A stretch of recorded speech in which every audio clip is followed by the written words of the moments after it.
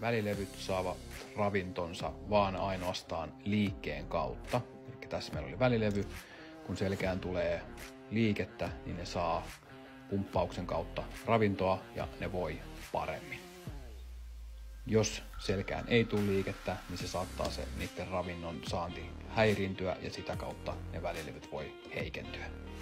Eli voi olla tilanne, jolloin me esimerkiksi otetaan lattialta jotain paperinpalasta ja meille tulee kova selkäkipu ja siitä voi alkaa välilevyn pullistuma, niin se ei pakolla tule se välilevyn pullistuma silloin sen takia, että me ollaan kumarrettu sinne eteenpäin, vaan se, että sitä selkää ei ole käytetty ja se on esimerkkinä se välilevy on voinut pitkällä ajalla siellä heikentyä ja sitä kautta se on ollut vaan se yksittäinen tilanne, milloin se mitta on tullut täyteen ja se kipu alkaa siitä. Ei niinkään sen takia, että ollaan taivutettu sen eteenpäin.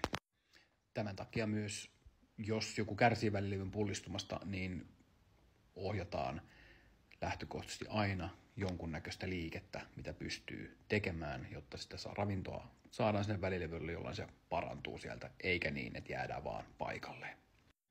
Eli välilevyn pullistuman ennaltaehkäisenä yhtenä keinona voidaan pitää monipuolista liikuntaa ja lihaskunnon ylläpitoa.